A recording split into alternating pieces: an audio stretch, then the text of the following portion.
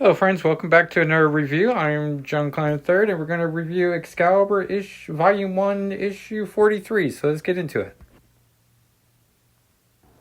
This issue brought to us by Alan Davis, writing and penciling, so you know this is going to be an awesome comic already. Mark Farmer, an inker, Michael Heisler, the letterer, Glennis Oliver, the colorist, Terry Cavanaugh, the editor, Tom DeFalco, editor-in-chief. Excalibur created by Chris Claremont and Alan Davis. It opens up with Nightcrawler and Megan. She turns blue and they're about to kiss, except dramatic page turn flip. Brian is not happy about Kurt's naughty dream he was just having.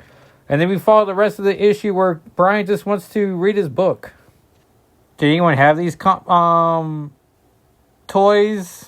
I want to say we had Cyclops and Storm. Megan shows up and she has no idea what's going on. Kitty's trying to figure out what's the deal with Widget. And Brian's trying to get her to admit that Gatecrasher's crew are really irritating.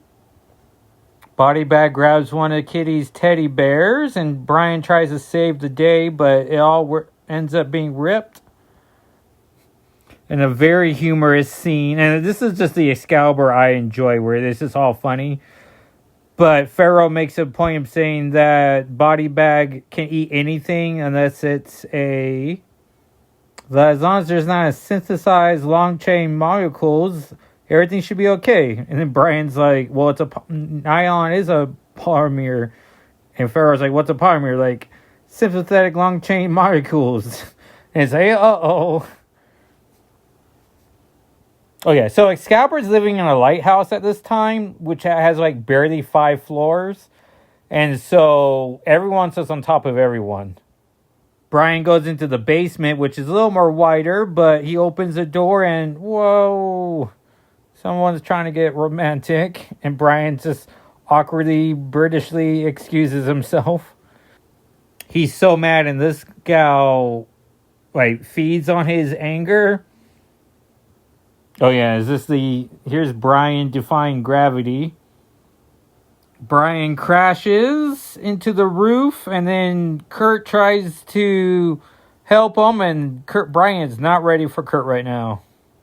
Here's Loki finally showing up in the comic as the boys keep fighting, and Megan's confused of why they're fighting. Did anyone ever call this 1-900 number? I was always tempted, but my parents wouldn't have been cool about it. So they take the fight outside, and then Megan's very upset because Rachel's updated her that they're fighting because of her, and Megan doesn't believe she's a thing to be fought over. She's not a thing. And Megan's an empath, so she just feels all the emotions. We get Lockheed back. And Kitty makes a point of just, telling Brian how wrong he is. Oh yeah, I think we get a tight shot of all the Lockheed content. Totally forgot to mention, this little sound effect is Brian breaking Kurt's ankle. Just as soon as Brian's about to apologize fully, or before Kurt can accept it, the Captain Britain Corps captures him. And then we get a little adventure of Kylun, one of the few Excalibur members to even get an action figure. And so that was Excalibur Volume 143, and I'm going to review it more deeply on my 158th episode of my podcast, Shadow and Flame of Magic. So tune in there. The episode should go up Sunday night. And thanks so much for watching. And on our patented Shadow and Flame of Magic scale, Excalibur Volume 143 gets a 2. Thanks for watching. Bye.